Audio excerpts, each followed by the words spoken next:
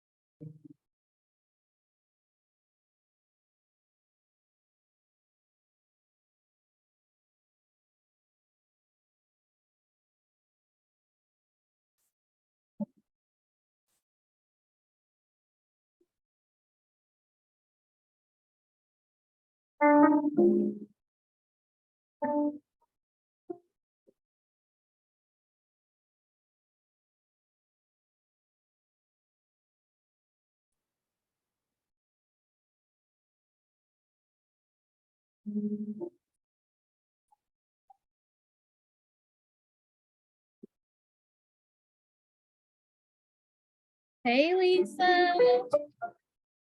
Hey. How are you? Both the Lisas are in the house. Hello, hello. Let me kill the music. The waiting music. I've been hooked on this lo-fi jazz instrumentals. I don't know if you guys ever listen to lo-fi jazz. Hey, Arnita. Can you guys hear me okay? Yeah. Hey, Nikki. Yep, I hear you great. Hi. I'm going to change devices. Can you guys hear me okay? I feel like I'm going in and out. Yeah, we can I hear can- Jam Lizzo. Hi, Elise.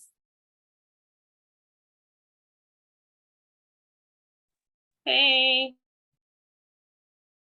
So we got a couple more panelists, so we'll give a few more minutes. Thank you guys for joining Girl Talk, the first one of the year. Even though the year's halfway over, we made it. Feel free to share anything on your heart before we get started. If there's any special announcements or updates, anything that you have coming up that you may want other people to support or attend, any events or programs that you have going on.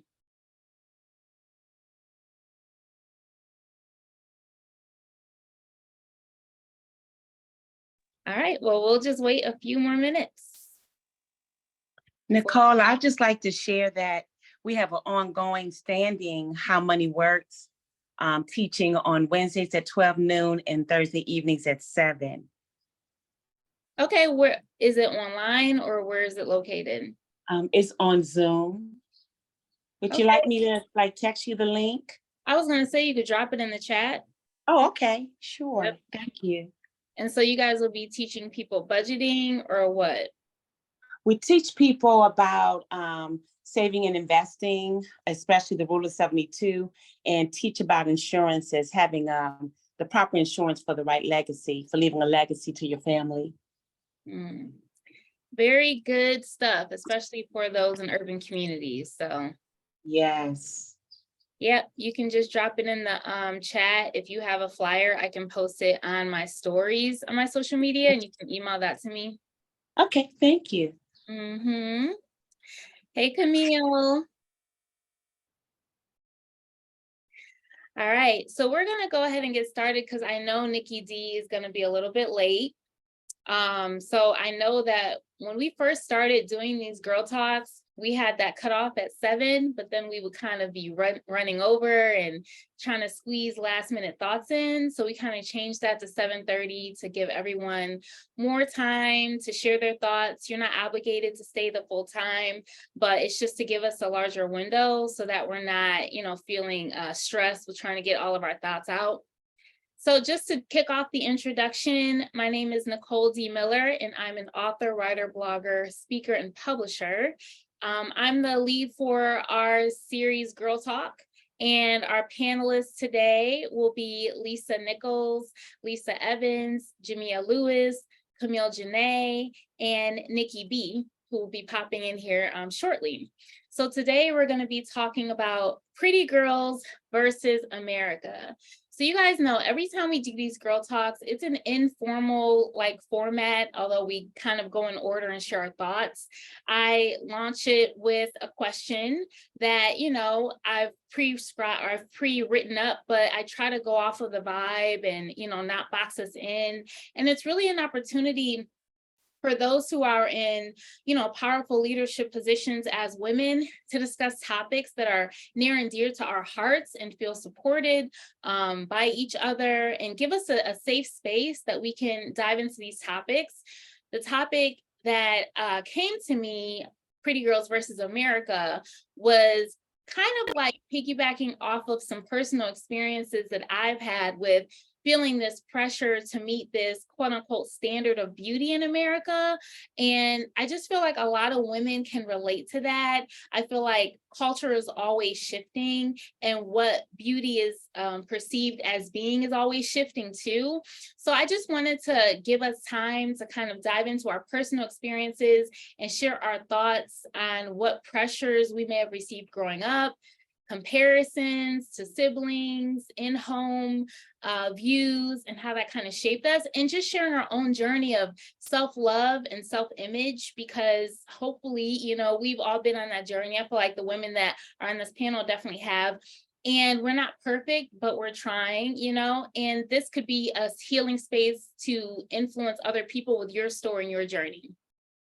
So I'm going to share the first question, and then our panelists, I'll give you guys in order, will respond. And even when you respond, just introduce yourself, introduce what organizations you're leading, what companies you're building, and how we can find you on social media and support you.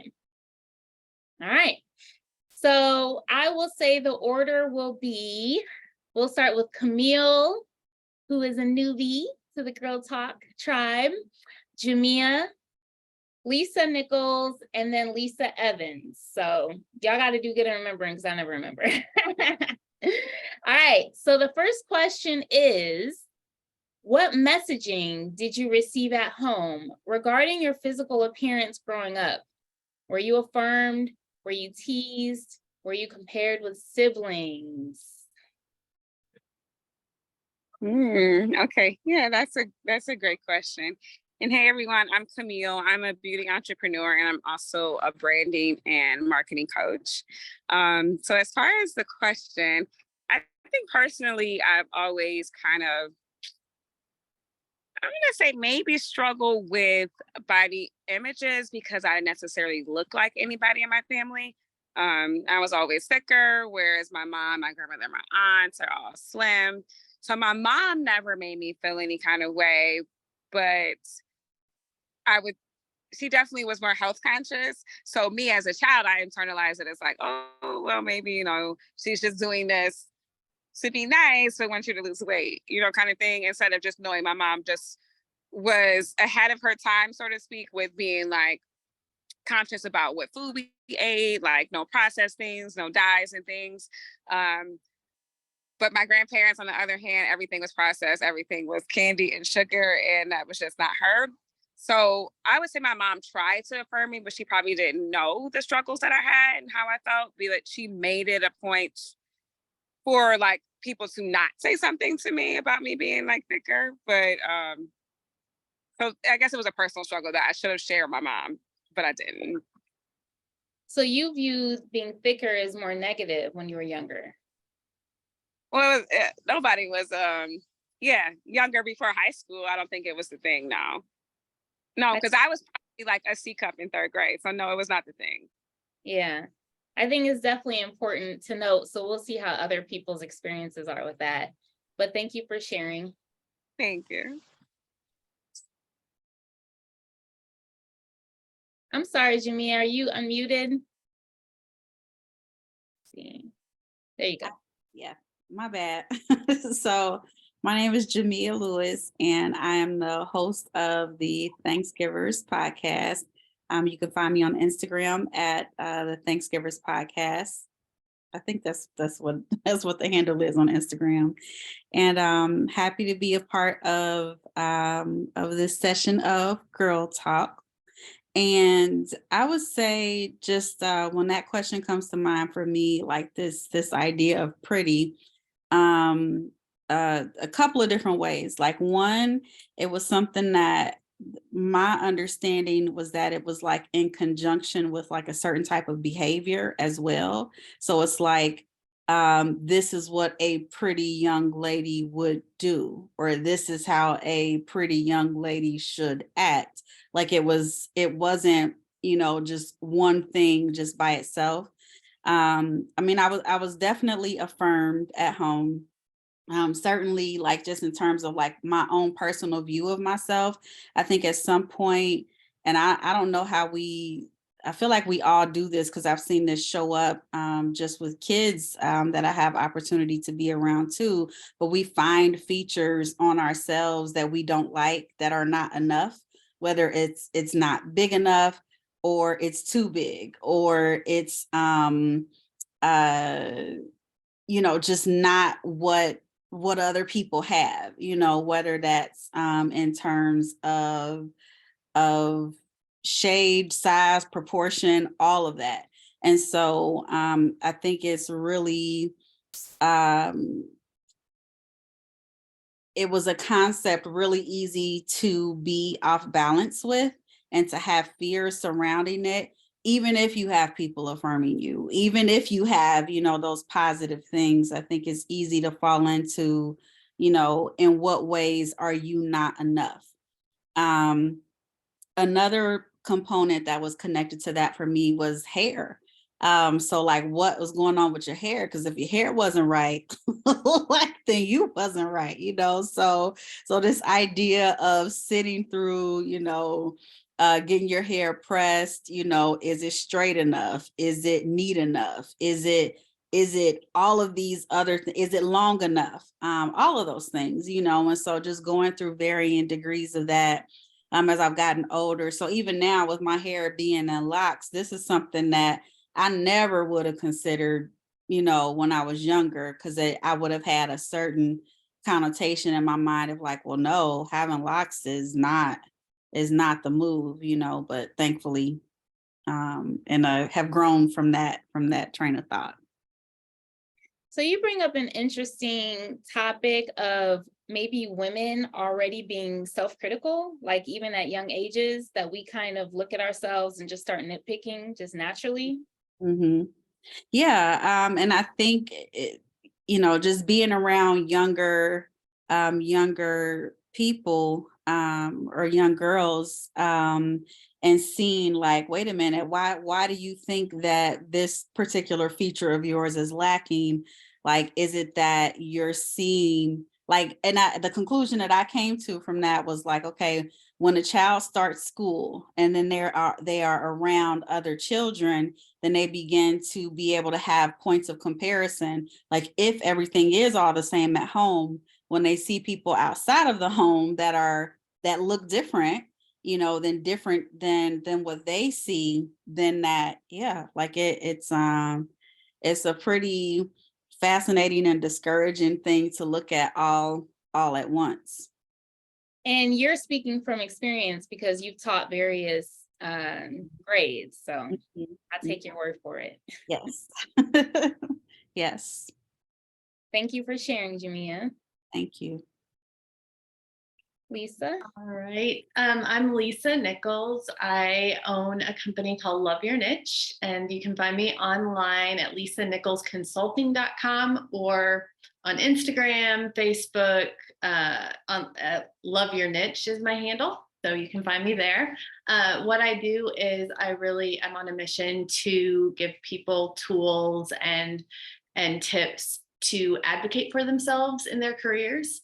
And so I do that through individual, career, and executive coaching, as well as working with leaders and their teams in creating a workplace that is supportive and inclusive and all of the positive things that we want our places of work to be. So that is what I do. This is a really big question for me, and I'm already like the answers, Jamia bringing up like it being attached to like a type of behavior, like how you act, that I hadn't identified that, but definitely resonate with that. And I think for me, it was really overall a negative message for a couple of reasons. I think from insecurity in my mom and her insecurity about herself. And then, so hearing the way she spoke about other people and talking about, oh, that person's so cute, or they're so slender, or she was always making comments like that in like contrast to herself. And so I internalized a lot of that. And I think along with my parents being more like not wanting to comment about physical beauty because, you know, behavior is more important, that sort of, so we don't want you to think that you're too pretty because then you'll only be concerned with that, or, you know, kind of that sort of mentality. So it was always like something very deep for me. Even I realized when I got older, like I always thought that there were like pretty people, and then there were like, I guess, regular people. And I did not think that I was in the pretty category. Like I didn't think I could be pretty, really. I was just kind of like, okay. And so that was pretty influential for me for many, many years. Because I just had this perception, you know, and just different things. Like my mom didn't really do hair, so I didn't like, my hair wasn't cute. Like, you know, I had friends with the little whatever, they had little things that their moms would do to their hair and I didn't, and so then that was hard. So I think the comparison there was, yeah, I feel like I'm saying all these negative things, but it was, I mean, the reality was growing up, I felt very negatively about my physical appearance, about my body shape, about, you know, how like I was always a good eater. And then sometimes people would comment on that when I was like a little kid, you know, oh, like, you know, you don't want to eat too much or whatever. And then I'm like, oh, I guess I eat too much, you know, so that was kind of my my growing up journey. I wasn't really compared like with siblings or anything like that. But I think that those are the major factors for me.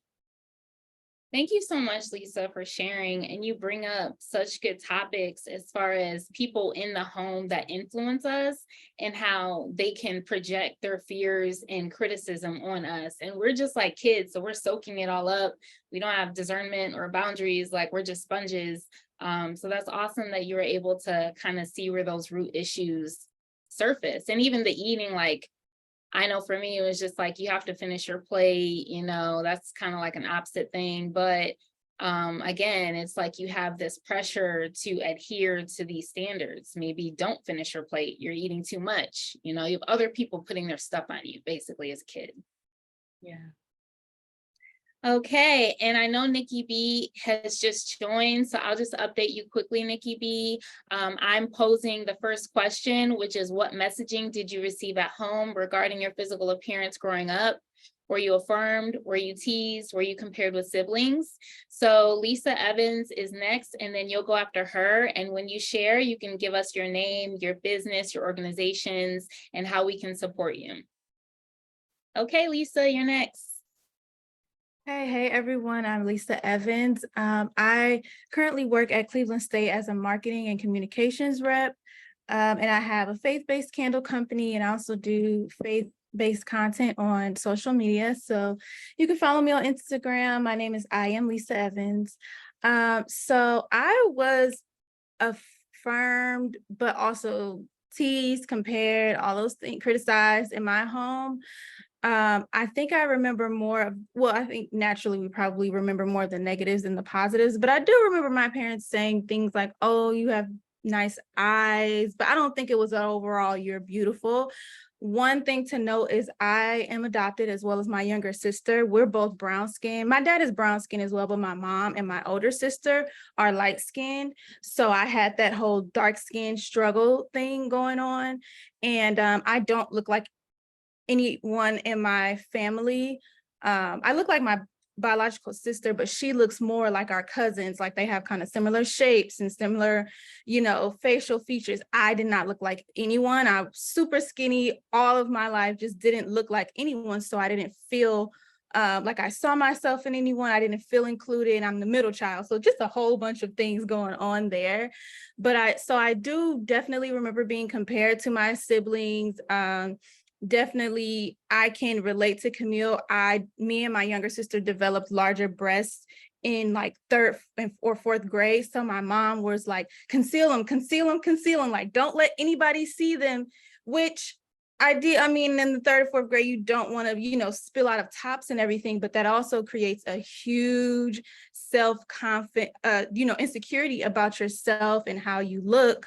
So I definitely have always been kind of more insecure about my breast size. Even as an adult, I'm just now feeling comfortable with showing a little cleavage, and it's not like, you know, the end of the world. So that was definitely a hard thing to work through. The whole also being super, super skinny, also being darker skinned. And this is actually an interesting question, because I had to kind of, you know, push back on my mom yesterday, because I have a larger forehead. And as a child, my mom was always like, cover your forehead, you know, always wear side part to cover your forehead. All your styles have to cover your forehead. And in the last few years, I never did a middle part. I started to try a middle part, and I'm like, I like how a middle part looks on me. I love, you know, my forehead and how this middle part looks. So I've been wearing a middle part more recently, and I switched to a side part for protective style purposes. And I was at my mom's house yesterday, and she was like, I like that hairstyle on you. And I said, well, you know, I kind of like a middle part better because I just like how it looks on me. And she was like, no, you have a big forehead, so you need to have a side part. And I said, well, I like my big forehead, and I like having a middle part. So that kind of like has been ingrained in me, all of those different, you know, little things, being skinny, being dark, having a big forehead, having large breasts, really took a toll on my just the view of myself. And I feel like I'll be 30 this year. I'm just now getting to a place where I can be confident in what I look like, and also push back on family, friends, whoever has anything to say about my appearance. Well, you definitely shared a lot. I'm like, big forehead, what are you talking about? It just shows how we see ourselves in this light, and other people are like, what? Like, I'm like, girl, yes to the middle part. Okay, do your middle part. Crazy. Thank you for sharing, Lisa. And I will piggyback on the colorism when it's my turn. Go ahead, Nikki B.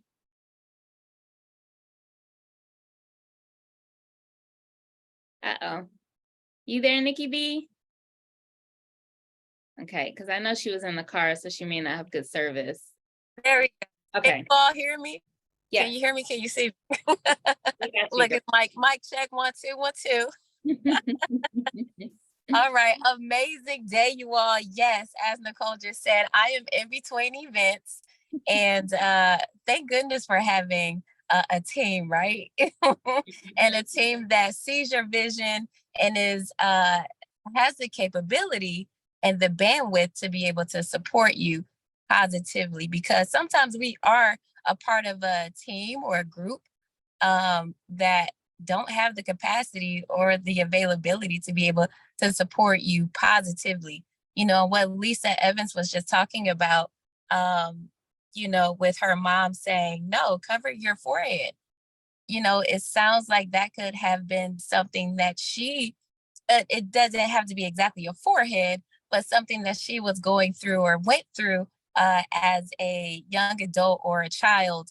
And she was, you know, protecting you, but it was really projecting onto you something totally different. So kudos to you for standing up and standing in the light and no longer in the shadows, and making that war within yourself. Because when we try to keep the peace outside, it's really making a war on the inside of us. So kudos to you. That just gave me life, child. Okay, where that middle part.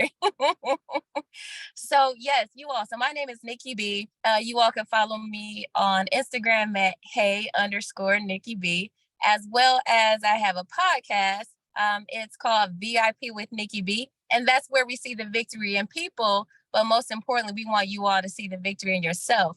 And that podcast was actually created by me talking to myself, because I was talking to myself because I didn't believe in myself, right? All these other people believed in me, but it really didn't matter until Nikki, believed in herself. And a little tidbit on the name Nicole actually means victory of the people. Yes, right? Yes. And so walking in that just changed my perspective. It changed the way I walked. It changed the way I talk. It changed the way the yeses that I give and the nos that I give also. So to your question, Nicole, and I think this is such a good question, was I affirmed as a child, as a young woman, or a girl? I was the oldest of 6. My mom biologically has 3, and my stepfather had 3 as well. So there, and I was still the oldest of those, right? So I had to lead by example. I didn't know what that meant. So there was a lot on me to be perfect, right? To do things the right way. Or if I made a simple mistake, it was so hard, right? It was so hard on me because I had all of these other people looking to me to be an example for. So that was really tough. But when it comes specifically to my mom, and specifically to my mom, and specifically to my mom. Can you all hear me? And I can. Sorry. Go ahead. okay. I had a technical issue. Go ahead. That's okay. People would tell me, like, people, if we were walking to the store or we were at the mall or something like that, individuals would say, oh my gosh, she's so pretty, she's so cute, this, that, and that, right? But she would say, don't tell her that too much. I don't want that to go to her head. And my mom is beautiful, right? My mom is beautiful, but I've also found out within recent years, and I say maybe about 5-7 years, that some horrible things happened to her in her young adult life. So she was really protecting me, right, from those things. But really, to me, getting older, I could not accept someone telling me that I was beautiful or pretty. It was almost like, oh, yeah, right. Because I was told for so long, or I heard, right? I heard that, no, don't believe that. No, you do this, right? So, no, I don't think that because I don't remember my mom when I was younger saying those things to me, but I understand that she wasn't capable. She couldn't, because some horrible things happened to her because she was pretty, right? She was beautiful. She was a different one. And I'll give a physical example of what my mom looks like. Um, we were having this conversation the other day, and the Lord is always so perfect at timing. I was like, Mom, guess what? I'm going to be a part of a panel that's talking about pretty girls, right, in America. She said, oh my goodness, I didn't tell her. I didn't tell her. But we were talking about her growing up. She was Little Miss Euclid. She did ballet, she did jazz, she did tap, she did pageants, those things. But she was really light, so lighter than me, with long, jet black, wavy, curly hair. And I found out that a family member had abused her, and I didn't know this for quite some time until, like I said, until recent. So it all just made sense as to why, why she said the things that she said to me. But now, of course, now she says, you're my beautiful number one. She calls me number one because I was the first one. She had me when she was 16. That's a whole nother thing as well, right? So that's another part of it. So yes, so no, I was not. And I understand why now, but I didn't understand then. I didn't think my mom liked me. I did not think that she liked me because she was so hard on me, but now I definitely understand why. So yes, there we are. Thank you so much, Nikki B, for being so transparent and even sharing your mother's story. And it's so interesting how parents or adults in our lives will think that they're protecting us or helping us, because you're not the first person that has shared that. Well, my mom forbid other people to compliment me because she didn't want me to have a big head, and it kind of like does the opposite. It causes you to have low self-esteem. Even though she thought she was doing what was right, it actually hurt you. So, but it sounds like you guys have come a long way in your relationship. And so I'm really glad that you had that time with her and that you guys have experienced that healing. So it's my turn. What messaging did I receive in the home? Interestingly enough, I was very affirmed in the home. So what I'll say is I was always told, you are fly. That is my mother's language. And it's interesting because I look so different from the women in my home. My mom and my grandma were both light skinned and petite. I was thick and dark. But it wasn't about the color or the body type. It was just like, you're going to be fly because you're ours. Like, you're in this family and this family is fly, right?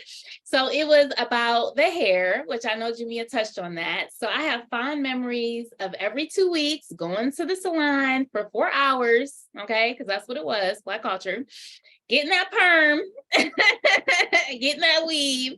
And that was really affirming to my self-esteem, which was so needed because all of the negative experiences I had were outside the home. So kids are cruel, but in the home, it was definitely like, you cute, And what I'll say is, I don't know if I want to get too heavy into this, but the messaging I started receiving was, you're the exceptions to the rule of being cute for being dark skinned.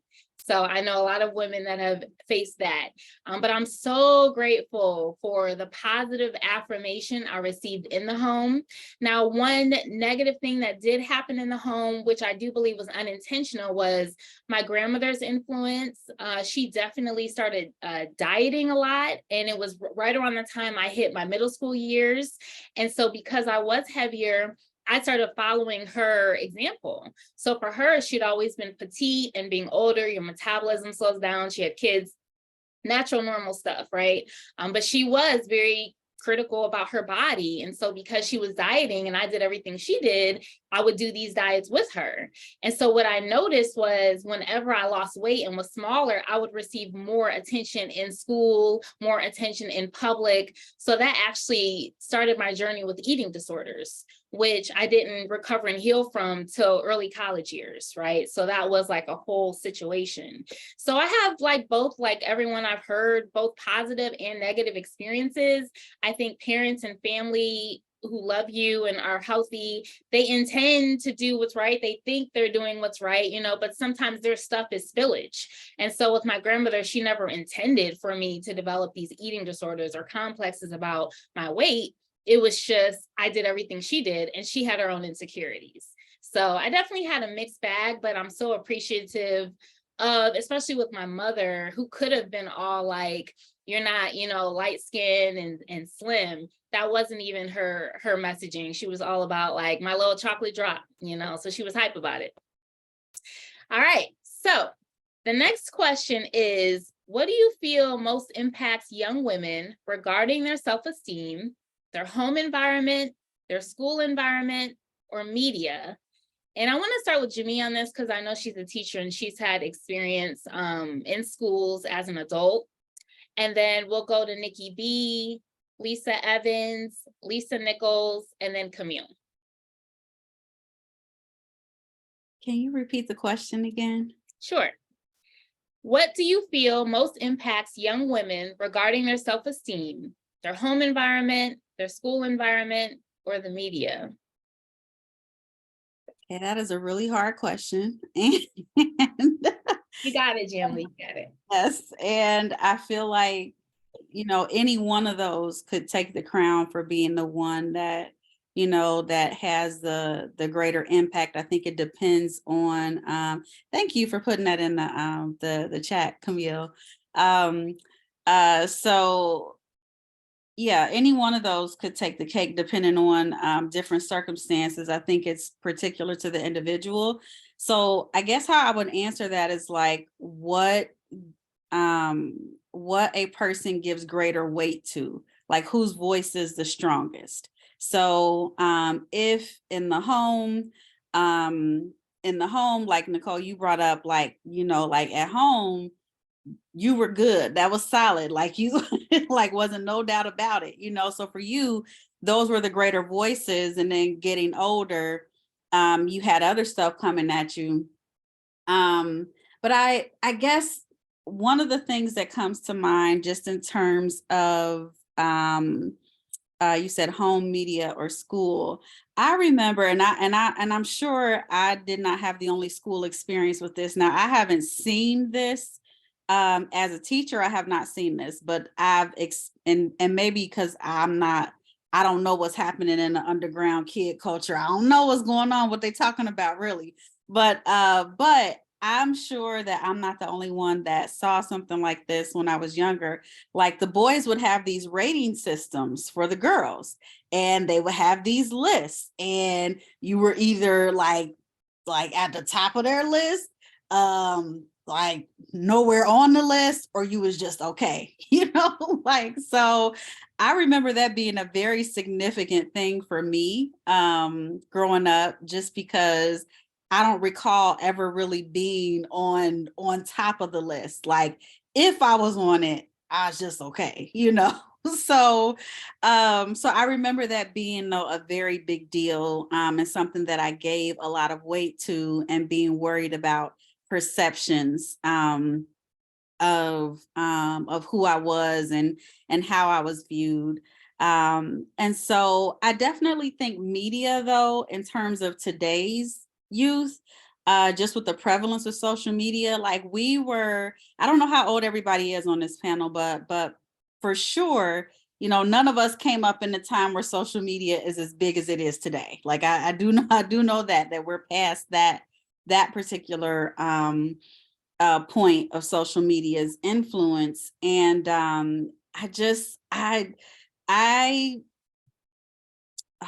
what's the word? I don't want to say I fear for them, I shudder for them. Like it's just, we were fortunate in that there was, like, the media could only come so far in terms of influencing how we thought about ourselves, what we viewed. You know, you'd see magazines at the store, people in music videos, what were the stars doing, but it just was not as prevalent, you know, where everybody has access to this tool in their hand. A picture could be posted of you, and you know, and then that's your image for a long time moving forward. So in spite of everything that I just said, I would say media definitely for today's youth, just because it's everywhere, and there's no escaping it. Like everybody, they have that power in their hands of the internet, and its consequences can be so dramatic in terms of the negative reach of them. So I would say it's the media nowadays, but yeah, growing up for me, I think school was a heavy part of that. And you bring up such a good point with social media. I feel like we at least got a break from it, from the comparisons, from the bullying. And now these kids are being compared with what's fake. They're being compared with face tuning and Filters. Yeah, thank you. So it's like false, and they have all this pressure. So thank you for bringing that up. Nikki B, I think.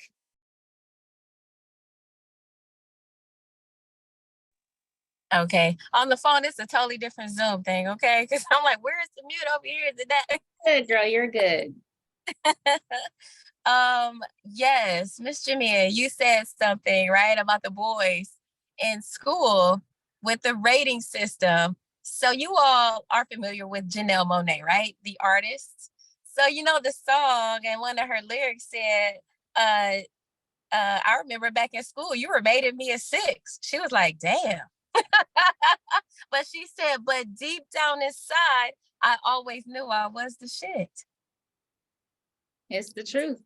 Man, yo, that is fire right there. Cause with that, yes, social media, the social groups and things like that. But deep down inside, she always knew she was a shit, which means that her affirms and her positivity came from home because she knew deep down inside. So yes, that is so good right there, Javia. It's so true, unfortunately, but that's just how it is, right? And then also something else I wanted to say too, when it comes to media, and that's a medium, right? It's a frequency, it's a vibration. So whatever it is that you tune into, you're gonna turn into. So when it comes to, I think that the heaviest influence on young women right now in this state, in this culture where we are in, is social media and all sorts of mediums.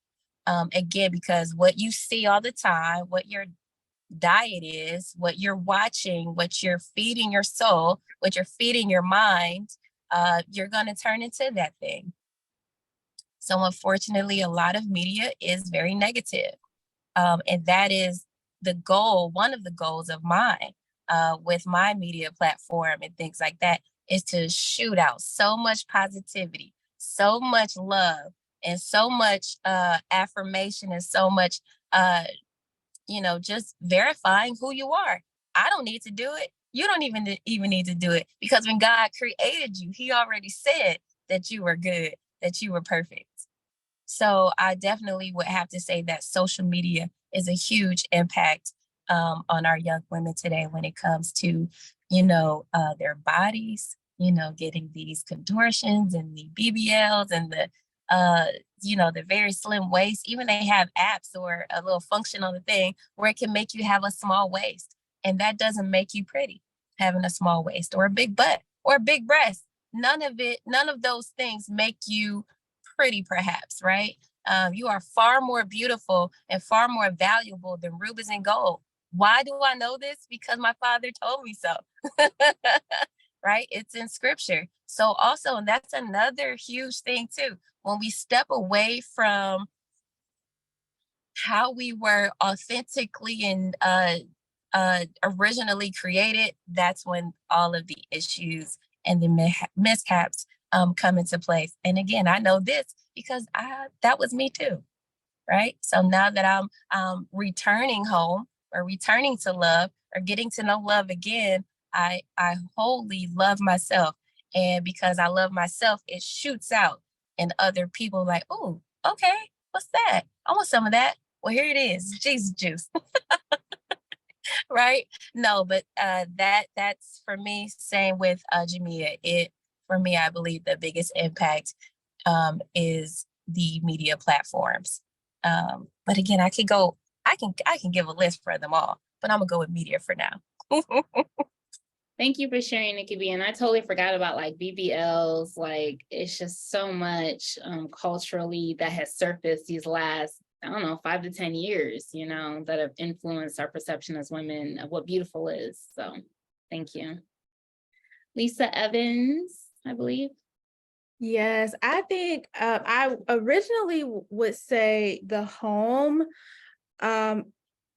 because you spend majority of your time with your family, you know, all those things. They raise you. So parents are supposed to be the ones that shape and form your identity in Christ. So they should have the heaviest weight in how you see yourself. But I think with the advent of technology and social media, it has changed to media. When I was younger, we had MySpace and we had like MySpace.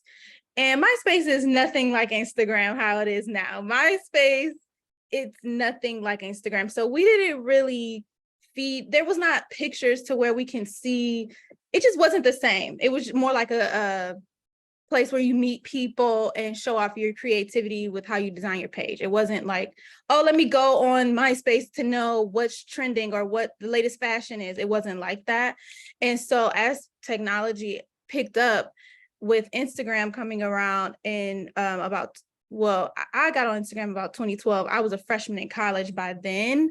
And so when you have MySpace, your parents aren't on MySpace. It's mostly the younger kids. But by now, Instagram and Twitter and all, everybody's on everything. So not only is it the younger generations being influenced, but the parents of those generations are now being influenced. So they're not even able to depart wisdom into their children because they're being influenced, when in the past, they weren't, because only kids or younger people were on social media. So I think that huge switch in media really changed how people are affirmed at home, because now the whole house is being influenced with various influencers. Like you have the young teenage pop stars, and then you have the older pop stars that are influencing their parents. So everybody's getting sucked into this world that's not reality, which is very unfortunate. So I agree. I do think the media has a huge influence on how you see yourself, because it now reaches the whole family. There's an app for everybody in the family now, when previously it was just the younger people who are on MySpace and Twitter, and versus like the grandma, mom, everybody is now on all social media. So everybody can just get sucked into this world that's not healthy. Or that's not real. You know, you're only seeing bits and pieces and angles and lighting and people at their best. And I just love that you brought up that now the parents are influenced. So now that's affecting their parenting and the messaging they're sending their kids. And I'm thinking about these older TikTokers. I mean, these people are killing it. I watch them because I watch the dancing. So I'm like, yeah, these older TikTokers are blowing up, to your point. Lisa? Yes, Lisa, I love that. You know, that observation that also it's affecting all generations now. And I think even as you're talking about it, I'm like, you know, even just the amount of photos that we have of ourselves, because with digital photos and cameras on our phones and everything, like the way, like the amount is just astronomical. When I was little, nobody had that. So, you know, you only had a select amount of photos. You weren't always looking at yourself or other people. But as far as the question, I agree. I think media is super influential, but also I'm wondering, I mean, school, like all in different ways or like at different times. But my question that I'm pondering or like wondering what difference it makes if you do have that home environment that, or, you know, the people that you're around in your most formative years, if you are really being affirmed, like how that affects those other images that you're seeing. So I don't know. I mean, it's definitely an interesting question and something that would be I'm sure people are doing studies on this or whatever. It would be very interesting to know like what they find out, like the facts are, because each of those, what everyone's brought up has pointed out like how each of those impacts us. So. And I love that you touched on the phones having cameras, because I remember when that first came out and I was such a critic. I was like, why do you need a camera on your phone? You have a separate digital camera, blah, blah, blah. Now I'm the biggest selfie queen ever. Jamia's laughing because she knows, like, I'm all about taking the picture, capturing the moment and posting. So it's so funny to know how I got warped into that. But I love that you brought that up. That was not a thing. And so you said, how is it that children who have a strong foundation at home, how does that affect them when they come across like the external factors, right? And more than likely, it's probably a case by case thing. I can only share my personal experience, and I feel like I was pretty much affirmed, but still struggled externally. And then that was restored to me spiritually, which we'll get into in the next question. So, all right, Camille. Okay. Sorry for my background, people. Right. But I would say for as far as like self-esteem with young women now, I would say a lot of it right now is probably happening from like social media. And I say that, so I work with a lot of young girls in my salon. And even as far as how they carry themselves with their business, is what they're comparing themselves to somewhere else online. So I think it can go, even further than like our outside beauty, because we're feeling like how we should appear online, how we should be doing things in our business, from how we see what other people are doing. I would say even if you are being affirmed in a household, it's hard when you don't believe it for yourself. Because I would say even like going back, I guess, to like the first question, growing up, my parents always would say like, oh, you're so beautiful, you're this and you're that. And I would get so confused because I felt like, well, everybody's beautiful. So why are you telling me? So I just felt like now being older and looking back, I think I looked at, I think I internalized too many things where I probably should have been talking to an adult. Excuse my child. Bobby, it's over. But I would say that I feel like as far as self-esteem with young women, it's probably from social media right now, because everybody's like trying to look perfect all the time. Everyone is having a fake perception, and that makes people feel like less than a lot of the times. They're feeling like, they're looking at like, oh, my business, or I should look like this instantly because they saw somebody do a quick transformation when people don't share their whole story. I feel like people being unauthentic these days is what's killing people's self-esteem. I love that. Being inauthentic is actually killing our self-esteem. I love that. And I think that we'd be surprised at how many of these influencers who look flawless are struggling with suicidal ideums or ideations, low self-esteem, eating disorders, killing themselves to present this aesthetics, and appearance. And I love that you said you thought everyone was beautiful as a kid. I just love the, what's the word I'm looking for? Not naive, but just maybe. I do have to say, my best friend, he's a male, and we were talking about something one day, and I was just like, why do these women act like this? Like, it's just so frustrating. And he's like, well, Camille, nobody ever told you were ugly. Like, you don't get it. Yeah. Not that it's like I'm just so oblivious or I'm just like, oh, so beautiful, but he's just like, nobody probably ever told you that you weren't this, so you don't understand. And it was kind of like, oh, okay, well, maybe everybody didn't have a mother and father that said something, or they just didn't feel about themselves that way. The word I was thinking of was innocence. But definitely, you're just innocent. And it just kind of goes back to how children are kind of taught things like racism and things like that. They just kind of come into the world just more innocent. But to your point, your friend saying like, whenever no one ever told you that, I would judge people with the BBLs, like, why they getting da-da-da? And was told like, well, you ain't never had to struggle with a flat butt, I'm like, okay, well, I guess maybe that'll be an issue. I don't know. So I get that. Never had to struggle with that. Anyways, you can do squats and build it, but moving on. Yes, and have kids back to back like me, and all those squats you did went kaput, and you guys start from scratch. Okay, so I'm not judging if you get the BBL. I'll just say that. How about that? Oh. Well, I agree with the majority. I definitely think social media is a huge player. I think Jamia said early on, like it kind of depends on who's the loudest voice in your life, something to that effect. And I know I was heavily influenced by my grandmother. So I definitely think in the home is huge. And maybe it can kind of help you when the external issues start happening. But definitely social media is a whole game changer that I don't think any of us, because we're like in our 30s and 40s and up, I don't think any of us have had to experience it like this younger generation. All right, so the next question is, how has your particular culture / ethnicity influenced your self-perception? For example, in Western culture, the smaller, slender body type was dominant in the 1990s. So I'm gonna start with Lisa Nichols, and then let's go to Nikki B, Jamia, Lisa Evans, and Camille. So this question is something that it might seem interesting the way that I answer, but the example that you gave of the smaller, slender body type being dominant in the 90s definitely impacted me.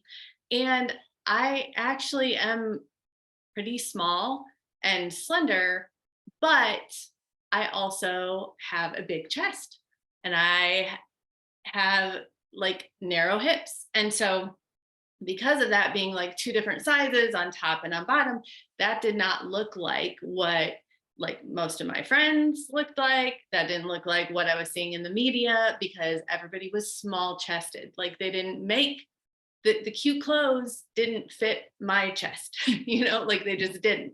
And so, and again, like Lisa, like you had mentioned about, like just cover up, like I had received that message as well. And so I internalized that like, oh, you just can't let anyone know you have big boobs, like just hide them, make sure, like that was like this huge thing that I just had to cover that. And then it just, I couldn't wear all of the things that people were wearing because I mean, I could, but it didn't look the same on me. And so that really like affected my childhood, young adulthood, because I felt like I don't fit what they're looking for. Thank you for reminding us about the big boob problems. I definitely struggled with that. I just had a flashback of getting stuck in a dressing room one day in a junior store because I could get the shirt on, but I couldn't get it off. And I was on the phone with my best friend at the time, like, girl, I can't get out this shirt. So it's real problems out here. Who is next? I can't remember. Was it Nikki B? I think so, because I couldn't remember. So yeah, you're right. Okay. Wow, this is such a good question. Before I answer, I just have to say that I love this panel. This talk is so good. It's a lot of times we have conversations and they're empty, right? But this right here, this is full. You can tell that it's coming from a real, genuine, authentic place, right? And so I just love everyone's perspectives and your story. So it's really giving me life right now. So how has the culture influenced my self-perception? So I'll take it here specifically to hair, right? Growing up, I had a lot of hair, a lot of hair, and it was really long, it was thick, and no one really knew what to do with it. My aunt decided to continue her education in cosmetology, right? So I was pretty much her guinea pig. So once she found out about creamy crack, it was a wrap for me. And let me tell you all, I think I was 9, maybe 8 when I got a freaking relaxer. Now, she was the person, I would say this, she used to do my hair. And I don't know, for you all that know, you'll be in the kitchen on Sundays or Saturday nights, getting prepared for Sunday for church, getting your hair pressed with the hot comb and the blue magic grease. Oh my God, that was the worst thing, right? So when she realized that there was a thing called creamy crack or relaxer, right? Because there's a difference between a perm and a relaxer. The relaxer straightens your hair, relaxes it. So she did that. So for all of that time, through the rest of elementary, middle school, high school, college days, no college, working, I had a relaxer and felt that I needed to have it in order to conform in this world because my hair is nappy and it's coarse and it ain't gonna be maintainable, right? But I realized, and that was like, 90s, early 2000s, things like everybody was wearing their hair straight. But then I realized probably about 4 years ago, oh, I actually have a nice curl pattern. And I want to show everyone how beautiful my curl pattern is. And I did just that. But I would have to say for me, because I seen the SWV, the Aaliyahs, the TLCs, the just all the girl groups and all of the young Queen Latifah, MC, like everybody had something either asymmetrical, but it was always straight. It was never their curly natural hair. I had no idea what any of those things were. It was always straight and had some dye in it. I did all those things. I'm sure you all did too. But that was a big influence, my hair. and I thought that I could only be beautiful or pretty with straight hair when I had a relaxer. Yep. But now I embrace my curls. It gets bigger. I feel for me, the bigger, the better. So yeah, so that's my goal, is to grow my hair as big as it can possibly get. So yes, that was the big influence with the hair. Thank you so much for sharing that. I'm sure so many of us can relate to that in Black culture. And that, of course, is because of Western culture. The closer our features are to those who are dominant and in power, European people, then the more accepted we are and the more beautiful we are. And straight hair is a part of that. So thank you.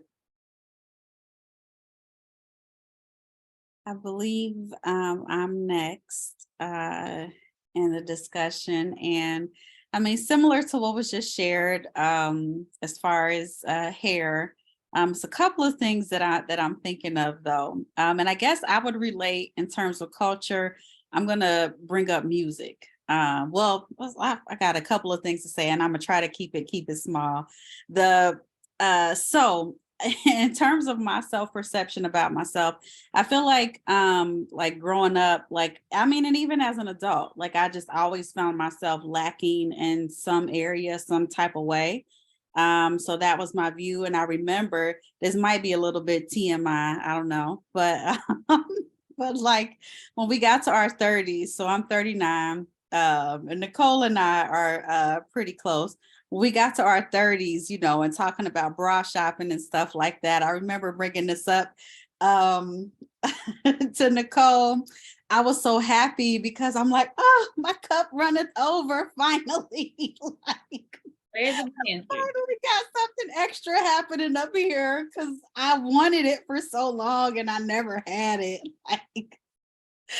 Oh, might be TMI, but that's how I felt. I just never felt like, there was anything there, to work with until I got older. And I still don't even know what that's about. Did my metabolism slow? And that's just where I was gaining weight. I'm not sure, but I'm still happy with what's going on there. It's you hear that, Lord, don't take them away. Separately. Okay. So music wise, in terms of culture and the influence of that. The other piece for me that I felt like was lacking was the size of my behind. It just was not what it seemed like culture was saying it should be. I just didn't have it. And I think about all these different songs, particularly late 80s, early 90s. And why was I even thinking about that then? I was a little girl, but the song, doing the butt. I don't remember the name of the group. Like, you know, they go down the whole list, getting everybody's name. So-and-so got a big old butt. Oh yeah. Now one, my name wasn't in it because my name was too different. And then two, like I didn't have one. I just remember I would be thinking like, but I don't really like, I don't have it. And just thinking about BBD, never trust a big butt and a smile, but you knew like that was looked at as a good thing, like the idea of having one. So just all of the songs where those types of features were referenced, it was like, dag, I don't have the things that women that are desired and that are sought after have, you know, like my hair isn't long enough either. And then when it comes to like hair, like I think about the different songs, particularly TLC's Unpretty. I think I was in high school when that came out. And I just remember that being a song that really resonated, like, yeah, like, you know, nobody else should be able to make you feel unpretty, even though, you know, I would still feel that way, but that just being something to refer to. And then when India Arie's song came out, like I Am Not My Hair, like that just really being an empowering song, to just shift the view, like, you know, I can wear my hair however I want, you know, and it's not a marker on what I am or what I'm not, you know. So so definitely what was in, I guess I say all that to say music for me was a really big one, just because that was another way that what you had was either talked up or, you know, like if you ain't have it, you know, so. I love that we have a playlist now for this girl talk. Feel free to drop those songs in the chat. So I definitely resonate with that. And I think that goes to hip hop culture and Black culture, right? And what's esteemed as beauty in Black and hip hop culture. Is it you, Camille, I think, or is it Lisa? I was last. Okay. Yeah, for me, I definitely relate to the rear comments, but not having I didn't have hips, I didn't have a butt, I was super skinny. So that definitely was a huge thing. I grew up in the early 2000s, and still, even in the early 2000s, you see the music videos with the girls, you know, dancing and just being shapely. And I had a best friend who was shapely, and I would see the attention she would get. She had like the perfect body that you would say back then. Her boobs wasn't too big. They were like, you know, decent size, but they weren't too small. And then she had like the curves, and guys just loved her. And I had a friend who was light skinned, and guys loved her. Actually, my two other friends were light skinned. One was biracial. So it was just me, and I would notice the attention they would get and the names I would be called. Not even just the lack of the attention, I would notice the names I would also be called because of my skin tone and because of being skinnier. So definitely cultural just views of how women should be shapely and women should be lighter skinned really affected me and really, you know, influenced how I thought about myself. Like I was always the skinny girl, always the dark skinned girl. And that really followed me even into adulthood, which is wild. I'm just now like getting some weight on me when I probably definitely after I got married, that love weight. And then that COVID weight started to fill me out, and just growing older, I'm like, okay, so I'm getting a little bit of weight on me. Like, you know, I'm starting to look like how a woman should look, you know, those types of things. So I have to be aware, even with, we were talking about the BBLs, it's always the underlying reason, like, why are you getting a BBL? You know, I personally would not do that, even though you would think I would want to, because it's like, am I doing it to feel better about myself? And if I'm doing it to feel better myself, I don't need to get it. So I still have to constantly like check myself and make sure I'm not in the gym doing 50, 100 squats to get a butt because I just want to look like how a woman should look. Like if I want to naturally, you know, if I want to fill out a little bit or, you know, get some muscles, tone up a little bit, that's fine. But I have to check my motivations for wanting to gain weight or wanting to have a bigger butt or wanting to do certain things to my body to make sure it's not rooted in insecurity that I could be still carrying from childhood. That is such a great point, Lisa, about what is your motivation. It makes me think of just makeup, right? So like makeup should be just enhancing. It shouldn't be like making you look totally different, which some people do use it for that. So I have no problem with makeup, but I'm not trying to be glam every day because that's just not me. I want you to still recognize me in person. And just the friend thing, being compared to your friends. I've met so many beautiful women who don't know they're beautiful because their friends always got attention. And I'm like, girl, like you're gorgeous. What are you talking about? But it's just that messaging of comparison, and you believe it because that's your experience, but that's not necessarily true across the board. Okay. Yes, it's my turn. So I feel like I've been kind of struggling in a sense with this question because I don't think I'm above being influenced, but maybe I'm just not completely aware. I think I've always felt like kind of different in a sense that people felt like I was different. I don't feel like I'm different, but as far as like culturally, maybe because I didn't do what was trendy, but I was doing what I felt comfortable with doing, whether it's like what I wore, how I did my hair. And then it always seemed like then it came into trend. And it's like, oh, but you guys laughed at me for wearing my hair like this. Oh, you laughed at that outfit, but now you have it on. So, and it's like I was just like ahead of my time or anything, but it was just kind of what I was into, you know? So I don't know. I think I kind of always felt maybe a little bit comfortable in my own. Let me not say comfortable because I felt uncomfortable, but I felt comfortable enough to do what I wanted to do. But society would kind of question and make me feel uncomfortable, but not enough to make me change. But I think now being older, it was just like, oh, a question of like, oh, you're not quite going with the trends. Like, and it was just more of a, people are just being inquisitive versus like how I probably took it, like, oh, they don't like what I have on or something. So I'm not exactly sure right now at this big age, as my friend says, of how it has influenced me, so to speak.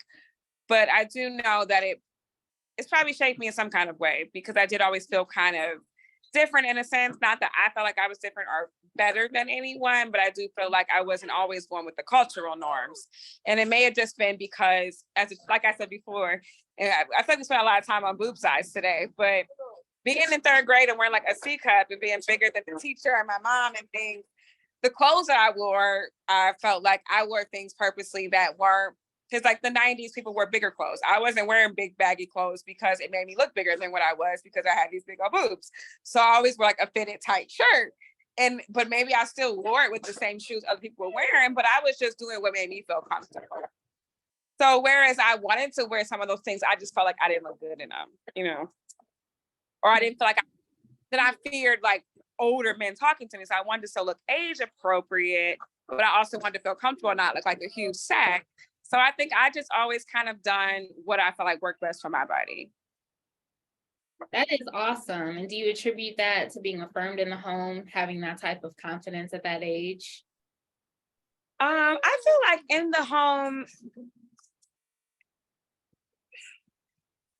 like I was affirmed, but I was always, I guess I was encouraged to do what I wanted to do.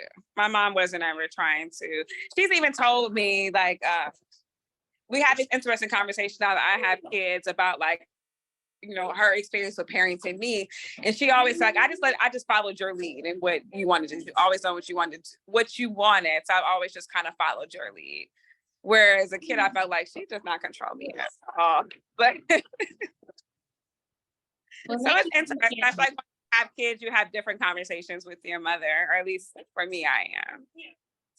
yeah, and I'm sure you'll pass that, you know, being able to march to the beat of your own drum to your kids. I'm sure they'll have that type of confidence because you have that, you know. So what I'll say is, it's so interesting for me to hear like people who were smaller felt pressure to be thicker. I was thicker, but I felt pressure to be smaller. And so part of it I know is because I went to majority white schools. And so that's a thing. And I remember when I did develop my eating disorders, although I do think it was influenced internally by my grandmother, I'm sure she was influenced by the law firm she worked at, which was majority white cultured. And then the schools that I went to, which were majority white cultured. And I remember my white friends were having eating disorders and developing eating disorders. So I know for me, it was about being smaller. I could think of music videos where it just seemed like the girls were always lighter and smaller. So now it's like thick is in and it's all accepted. But growing up, I always felt this pressure to be smaller. And then as I touched on earlier, just being darker skinned, it just seemed like you're not as attractive typically to be darker skinned. And so those were kind of some of the negative messaging I received, even going out with guys and they would say like, oh, you're the first dark skinned girl I've dated, you know, and you just have these oxymorons where you're just like, is this a compliment or no? Like, I don't know what to do with this, you know? And it's funny because when I think of Nicole, I don't think of myself in terms of skin tone. Like I think of myself in terms of my heart and my intellect.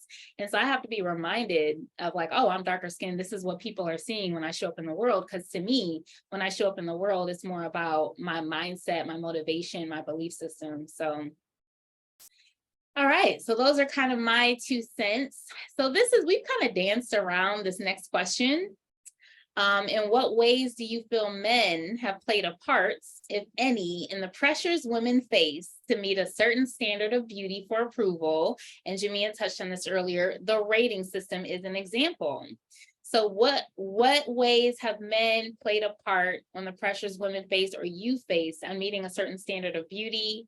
Let's kick this off with Nikki B, then do Lisa Nichols, Camille, Lisa Evans, and Jamia.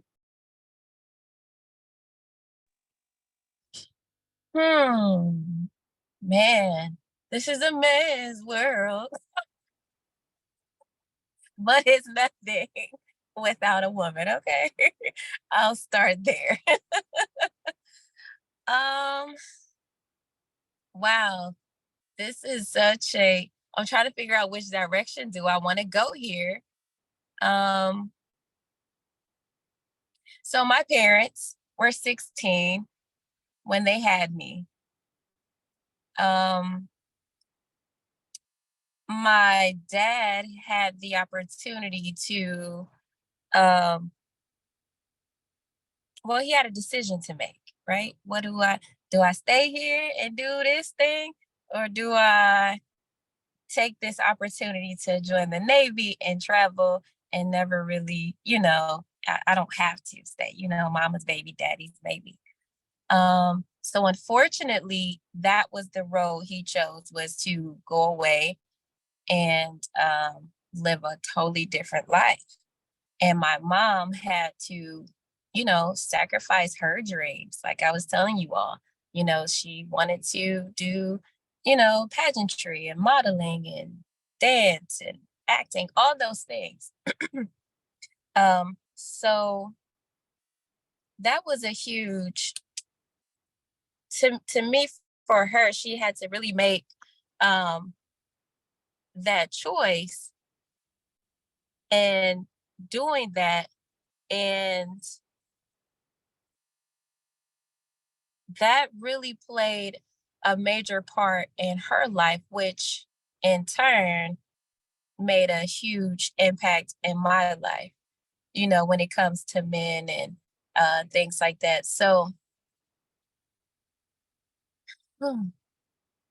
now my stepfather, he was a great guy when it comes to providing certain things, the structure, safety, things like that. But it will be certain things that he would tell to me to me and my sisters, versus what he would say to my brothers. So my brothers can pretty much do whatever they wanted to do, but he was really strict with us girls. So growing up, I kind of felt like there were restrictions, like I really couldn't do what other guys would do or what boys would do. But I actually realized that I had a chip on my shoulder. There was one in particular situation that I always remember, and I take this with me, where middle school, I tried out for the cheerleading team. I'm like, yeah, I'm gonna be a cheerleader. Hey, give me an A, right? So, and I was really good. And I made the team. Me and two of my best girlfriends, we made the team. We were so excited. We created routines. We were rehearsing all these things, right? So I get home one particular day. I'm sharing the news with my mom and my dad. I'm like, hey guys, made the team, got our uniforms and everything. So I'm showing them a routine that we created. And my mom was sitting there like, okay, right? And my stepfather was kind of looking away, but not really looking. And I was just like, why isn't he like paying attention? Like, I don't understand this. And what he said was, and after I was done, I was like, oh, okay, right, I'm done. And he said, anyone can jump up and down and show their underwear all day. When I tell you I was depleted, I was like on the floor. I was like crying on the inside. I'm not sure what my face looked like on the outside, but on the inside, I was tore up. So later that year, mind you, this is middle school. Later that year, and there were 6 of us. So usually around Christmas time, things like that, we would get big gifts, boys gifts, girls gifts, and we get little small trinkets in between because that's a lot of kids to pay for, right? So this particular year, the boys got a basketball hoop, and it was fiberglass. It was nice, and they had plans to cement the backyard. It was a whole thing. I was just like, well, what the heck? How they get this big, like, grand situation, all of this stuff, and what's going on here? So I was determined, you all. I learned to play basketball. And guess what happened? I was the best. Like, I did like uh Nike leagues, summer camps. I had like free scholarships, one-on-one tournaments. Like, I was so good. I was like, oh, you're gonna eat them words. But actually, that brought us closer, me and my stepfather, and everyone else. And then from that point, all of my brothers and sisters did some type of sport, and they decided to be the best at that sport. So that was huge. That was a big influence for me coming from that perspective. I can go other places, but I'm gonna leave it there with the childhood. So that put a chip on my shoulder, but in a way gave me motivation to be another better version of me. I'm sure I would have been a great cheerleader as well, right? But I needed to prove that, yeah, you know what, you're right. You're right. But cheerleaders are athletes too. But I'm gonna show you I can be an even better athlete on the court. And other sports I was really good at as well. But so that was a huge influence for me. Thank you so much for sharing that story. And I love that you had that type of tenacity in your character at such a young age to turn that around and show him, make him eat his words, you know? All right, who's next? I think it's me. So when I think about this, I feel like men in general, like the way like men are so aware of and talking about what they find attractive, what they're what they like, what they don't like. They're very vocal about it, and so I feel like it's very influential, at least in my mind. That was like probably the driving force behind as I got older, right? It was, if I'm going to be looked at as pretty, as attractive, as beautiful, whatever, I am going to have to make sure that I like have a certain image or certain body shape, or which I didn't have. So I was like doing everything I could. So even in junior high, I started to work out. I had not been extremely overweight, but like, 8, 9, 10, I was chubby. And again, I had the body shape that I didn't like ever. And so I started working out. And when I look back now, I'm like, I was in junior high and I was going hard because I thought, well, maybe, like I can get rid of my tummy. I can, whatever, I can try to do whatever I can with the body I have. And again, always wanting that, like like I said at the beginning, right? Like I didn't think of myself, I wasn't in the pretty category. So I was like, well, I'm never going to be the top of the list, basically. And I don't have enough hips. I don't have enough butt. Like, who's ever going to really be attracted to me? So I tried to kind of like overcompensate, I think. And to me, that was all driven, like, not all driven, but largely, like, that was a big part of it, because even like I wanted everyone to think I was beautiful. But I really wanted that. I really wanted attention. And I wasn't the person that everyone was like, oh, let's go out with her, you know? So I think that to me, it was really influential. Thank you for sharing, Lisa. And you saying that just reminds me of how visual men are, you know, so they're basing beauty on just aesthetics or what they think is beautiful, as opposed to the whole package and what's really beautiful internally. So for me, I feel like men definitely, they are visual, but then you start to learn that they all have their own idea of what they find beautiful, because you'll see like maybe like someone thicker, someone smaller, you know, so it may or may not be you, and it might not mean that you're not beautiful. It's just kind of what they're into. But I kind of really feel like the pressure women put on themselves today is more of comparing themselves to other women. Because I feel like men are visual, but I feel like they're not gonna I don't want to sound like this, but they're not gonna disapprove you because you're not like the culture's idea of beautiful. I feel like the pressure women put on ourselves sometimes comes from other women, because especially going back to like the BBLs, you hear a lot of men say like they might think it's like nice, but they're kind of like, what the hell was she thinking? Why would she do that? You know?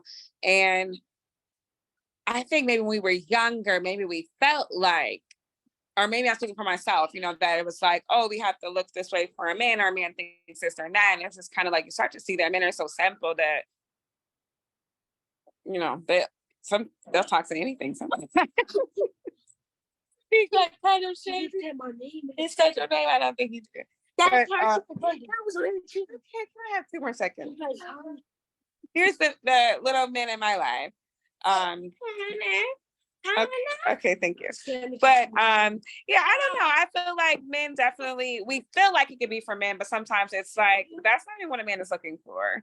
And I think it's just ourselves comparing ourselves to other women a lot of the times and putting that own pressure on ourselves. That's how I feel.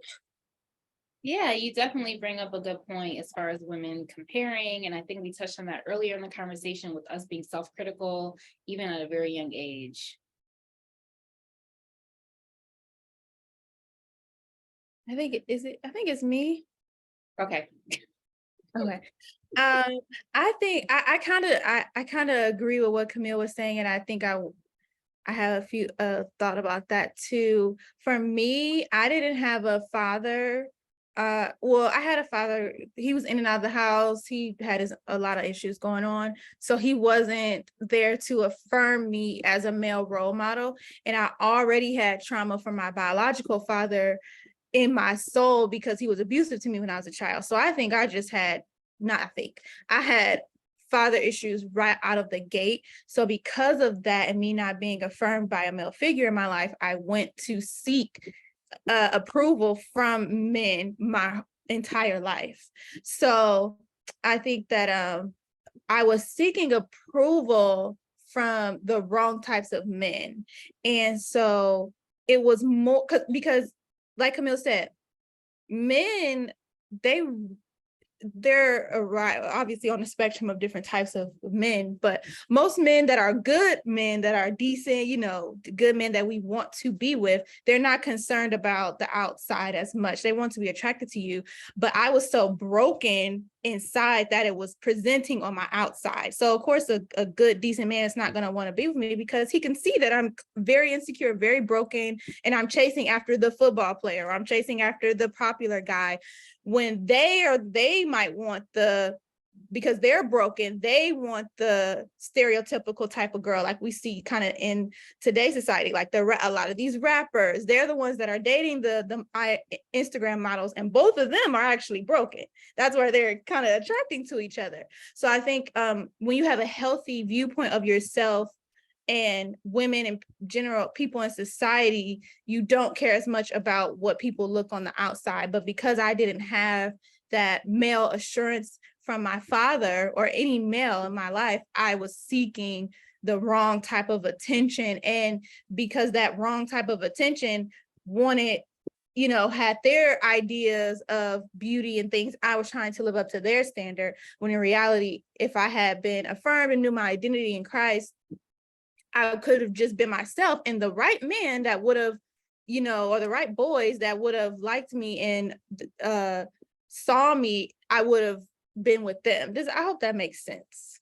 That makes total sense. And I can totally resonate with your story, because that was similar to my story. And when we talk about the influence of men in our lives, our fathers are first and foremost that primary influence. And I know Nikki B shared her story. So definitely, I understand.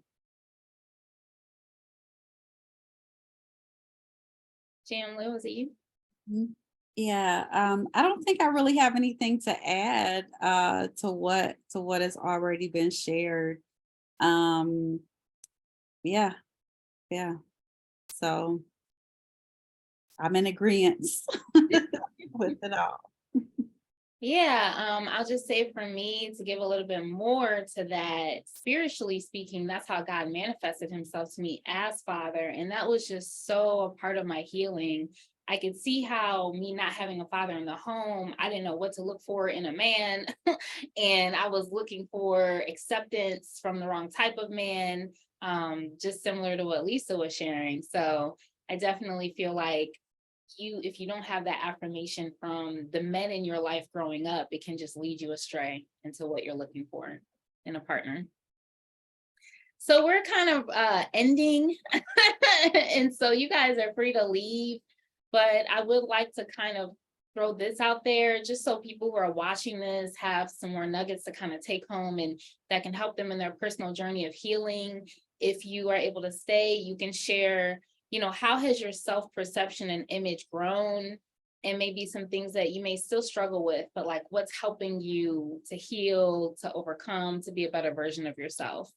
And so we can start with Lisa Evans. Let's go with Camille, Jamia, and then Lisa Nichols. Yeah, so I resonate with the last point you made. Like, it really took God grabbing a hold of me and really like affirming my identity in him for years, over and over and over again. And I'm still going through that process of healing because I just have gone through a lot of traumatic events. So it really stripped my identity. I didn't know who I was until probably a couple years ago.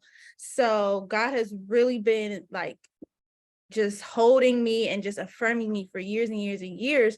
And that's really how I've been able to have a better perception of myself, but it's rooted in what God has said about me. It's not rooted in, so I'll say two things. It's rooted in what God has said about me and what he says about me personally to me in my quiet time, but also what he says about me in the Bible. I'm chosen, I'm royalty, I'm holy, I'm pure, all of those things. I go back to whenever I feel down about myself, and when the enemy tries to get me down about myself, I'm like, well, no, God says I am a child of God. I am pure. I am holy. I am worthy. So anything else that goes against that, I can't believe. So that, I think that's the spiritual side of it. But in the practical and natural side of it, I also had to figure out like, who am I and how I want to present in the world. So I've always wore glasses. Like, I've always had just a little bit of a little quirky kind of look. And I had to own that. Like, Lisa, you're never gonna look like Beyonce, for just example. You're not. So what do you look like? How do you like to look? Okay, you like glasses. Get glasses that are in different colors that look nice on you. You like this certain shape. That certain shape accentuates your eyes. So do that. what hairstyles, that you feel confident in, what types of clothes that flatter your body, what type of accessories. I love watches, so I wear a simple watch. Some people wear a lot of bangles. I don't like that, and that's okay, because it's not my style. You know what I'm saying? So in the natural and the practical, I had to also figure out what my personal style was. That's what I'm trying to get to. I had to figure out what my personal style was and stop trying to be like everyone else's style, and figure out what looks good on my body type. I have long legs, which I love. So accentuate my long legs, figuring out those things. I think that's one part that's missing in our culture, is we try to look like Rihanna or Beyonce or the City Girls, all these different types of styles, and it may not even look right on your body type, and that's okay. So I get a lot of questions about where I shop and all these things, and I'm very careful I give, like, there's places I shop at, but I try not to influence them to wear what I wear, because you don't look like me. You don't really want to present like me, because you're not me. You're never going to present like me. You know what I'm saying? So we may wear the same like slacks or something, but it's going to look different on you than it does on me, because it's how I rock it versus how you rock it. And that's fine. I try to tell people, like, find like a style that you want to aspire to. Like, I like more business casual type of style, more girly type of style.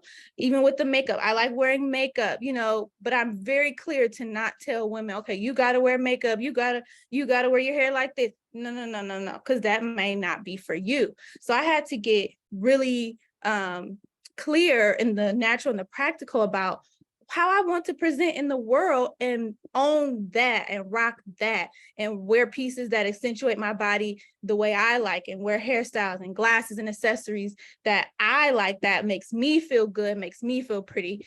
And I also had to keep just holding on to and going back to and trusting in what the Lord has told me and who he has told me I am. So that's really how I kind of navigate through life now. Just really holding on to God and what the word says, and just rocking things my way. I think Camille was saying that she did that as a child, and I've known a lot of girls who I would be envious of, girls that was just them unapologetically, because I wanted to be that, but I didn't know how. And so now I'm in a place where I'm me unapologetically, and how I rock things, even if it may not be trendy or whatever, and being okay with that, because I look nice, because God told me who I am, and because I just feel comfortable. So, yeah. Thank you, Lisa. Okay. So I'll just say now I have to head out after this question. My family has been watching my kids, and I think they're acting a fool by this point. So I will say this just as context for me. So I grew up in family-owned businesses, a hair salon. So I think probably before I was even aware, beauty has been shaped in my brain since like a child. So just seeing maybe some deaths that people were going to do things that maybe to me didn't make sense. So I'm just thinking like why it was hard for me to answer some of these questions is just probably because like as a 4-year-old, I was in a hair salon all day, so seeing people go through all these changes, necessary or unnecessarily, I think I've probably started as a child to get an identity of, what I thought was beautiful and what I wanted to do. And then also probably just being tired of being in the salon, even though I still work in one. But as far as the question goes, let me pull it back up on my second, sorry. I think for me, my self-perception, it changed a lot once I had kids. My kids are 2 and 1, so not that long ago. But I feel like it gave me an independence. I feel like for me, having my own kids gave me an independence from my family, my friends, or just, just any ties to anybody, because it was more like, oh, these are my people. This is like my my little family, my team. But I never liked my voice growing up at all. So my mom, while she was very affirming on beauty and smarts and things, she mocked my voice every chance she got, and I hated it. It made me want to cry, but I wasn't going to show her. I was going to show her these tears. But I remember reading, and I tell this story a lot, but I remember reading a book and it said like your child loves your voice. It's the first voice they hear, and it's what they love. And it made me start thinking like, I don't even love my own voice. Like I gotta love my voice before my child comes into this world. So, and it's just like been like, since then, it's like, oh, I love my voice. I love to talk. And it's just funny now because I'm doing more speaking and business coaching. It's like now I just, where before I didn't stop shutting up and talking. It's like now I like don't shut up talking and I'm okay with it. But I think for me, my self-perception has changed a lot once I felt like I got my own independence from having like my own kids. It made me want to love certain things about myself even more so that my kids weren't loving them more than me and they won't struggle with the same thing. I love that. That just goes to show how we can keep evolving at every stage of our lives and our self-perception and image. Love it. And thank you, ladies. It was a pleasure chatting with you all tonight. Head out. Bye. Bye. All right. Just a tiny bit of a response to what Camille said. Recently, the past couple years, one thing that I've thought about, like I had talked with a loved one that I hadn't talked with in a long time. And like in hearing their voice, like it struck something like real deep in me, like it felt like home, like their voice felt like home.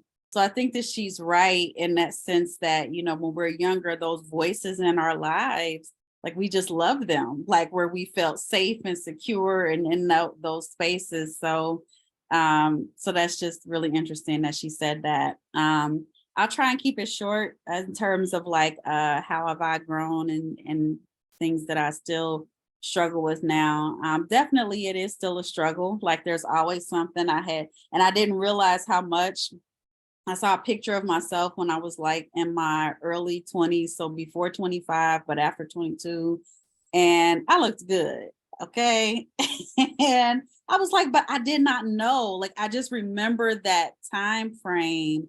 Like I know that I did not appreciate that at that time. Like that there were any number of things that I was critical about with myself. And it's like, man, like I really, I want to be in a place where I'm appreciating what I have right now, like how I look right now.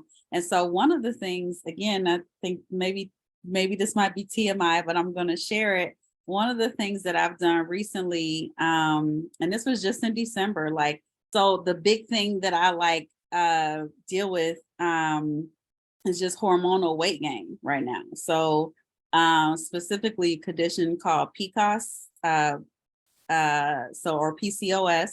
So if you haven't heard of it, look into it. It does affect a lot of women. And so one of the results of that is just the type of weight gain that I've dealt with is like centered in my stomach area. So like it hasn't mattered whatever else I do to try and get rid of it. It is still there. And so one of the things that I've done recently, I got my navel pierced, my nose and my navel pierced. Like I always wanted a navel piercing when I was younger, because I guess I thought, you know, it was cute. Like, oh, but I've never felt comfortable with my stomach. It's always been like, oh, you know, I got to lose weight when I was thinking about it. And then, and so I am learning, I am desiring to grow in this area where it's like, okay, where am I at right now? Like, I love my body right now. I love where I am right now. Let me take care of what I have, celebrate what I have. And that's that. that's what I'm gonna have to do. Because it's never gonna be whatever image in my mind.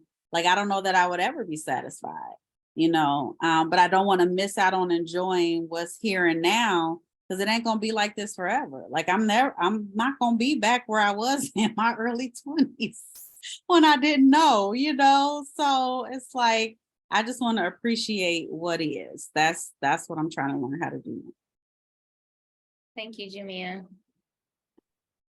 I love that. And I feel the same way. Actually, a lot of what Lisa was saying earlier too, I was like, yes, the same, because I like really the change for me has been more about like healing, right? Like internal healing and God touching me and helping me to see myself so that I can even go back in my mind, like a newer thing to like go back to my young self where I did not think I was attractive. I did not think, and just seeing myself differently, like, oh no, I was a cute little girl, and so to be able to have that compassion and see my younger self in that way is really like really different and awesome. And I think too, just going throughout, like she was talking about owning, your style and what do you like. And I think for me, a lot of it was like that freedom to like,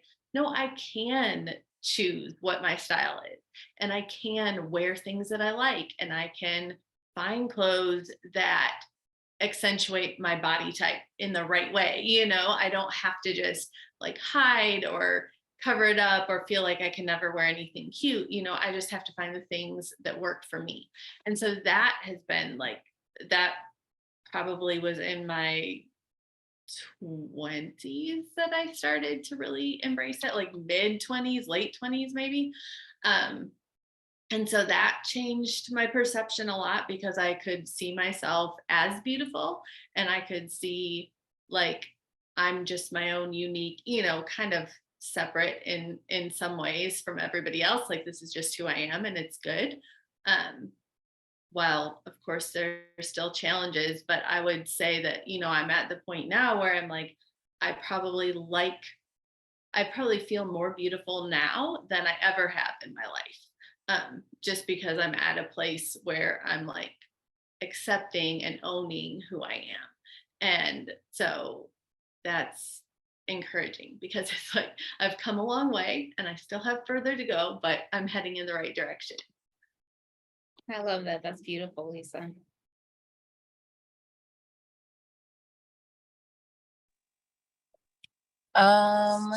I love that, Lisa. I love that, Jamia. Lisa Evans, Camille, just everyone, what everyone said was absolutely beautiful. It resonated from different places.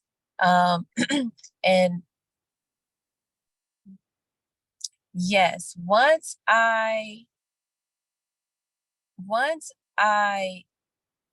went through a divorce, there were a lot of other, I mean, this just came to me now as you all were talking. I was like, oh my goodness, what? How come I didn't make that realization then?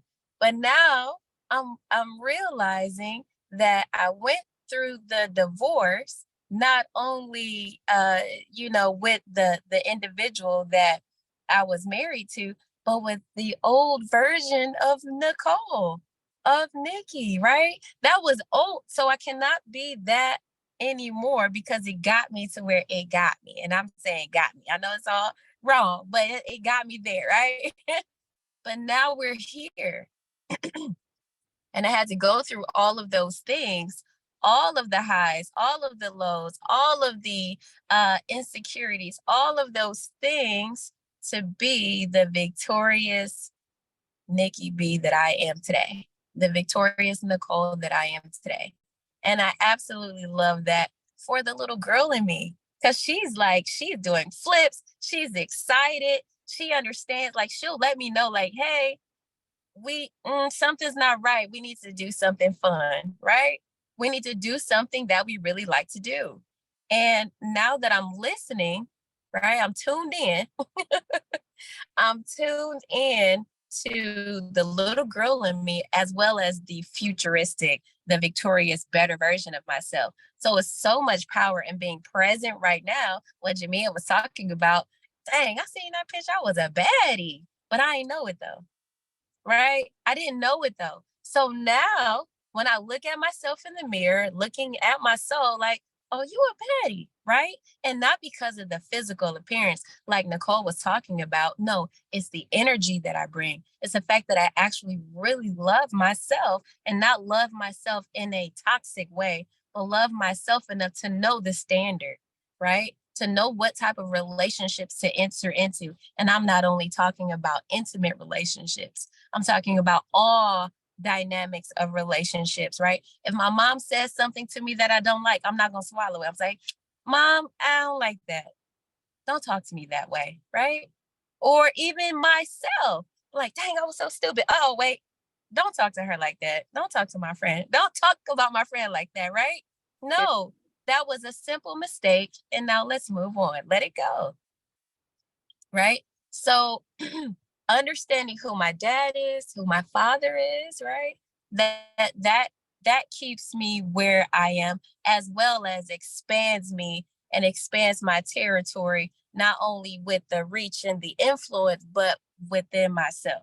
And getting closer to know him just brings me so much joy, and it exudes, and people see that. And so we don't attract what we want, we attract what we are, right? Is what Lisa was talking about earlier. And that was like, whoa, that was a gut punch, right? When I realized, I was like, oh, hold up. So all these people that's around me right now, this is little pieces of me. Oh, I don't like this. I got to change this. And things shifted in my life. When I divorced people, when I divorced behaviors, when I divorced habits, right? Laziness, like all of those things. That's a whole nother conversation that comes to laziness, because that's a psychological thing, and you got to unpack that. Nevertheless, so keeping Jesus in the forefront, right? And keeping myself there and keeping myself accountable, and to making sure I pay attention to what I tune into, because I know that's what I'm going to turn into. All right, so many nuggets from this. So we're going to have some hashtags popping out of this conversation. Thank you guys so much for sharing. I'll just share my journey a little bit. I think for me, so much of my healing began with my physical appearance in my early 30s. And, you know, the world kind of frowns on aging and makes it seem like your best days are behind you. But for me, it was like, my best days are ahead. And it was like my 30s, I like found my zhuzh. And I feel like God just started transforming me, and the inner work that he had done in my 20s was being reflected in my 30s. It was like all this healing and all of this growth that you've experienced internally is about to manifest in the natural. And I feel like what Lisa said, like, it was my clothes. I came into my own with fashion. We touched on hair earlier. I went natural and just discovered these beautiful 4D tendrils that are growing on my scalp.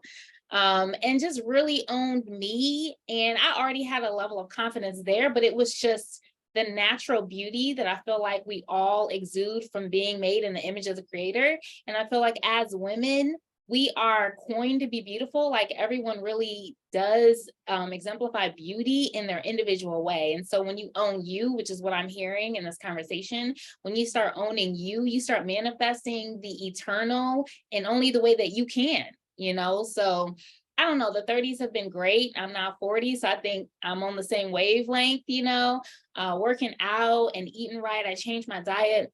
And so my weight has fluctuated even in the season, dealing with a lot of health issues. And I've had to give myself grace, because in the past it was self-hatred and condemnation of being hard on myself. And it was like, no, girl, like, this is the best you. Understand that you went through these things that have affected your health. And y'all, I'm gonna let y'all in a little secret. I did a boudoir shoot recently, right? And that was something that never would have entered my mind. But I felt like, no, you need to embrace that you are killing it at 40, you know? So, and we don't know how long we're going to have these bodies for and what other health issues can surface. So I wanted to capture that for me.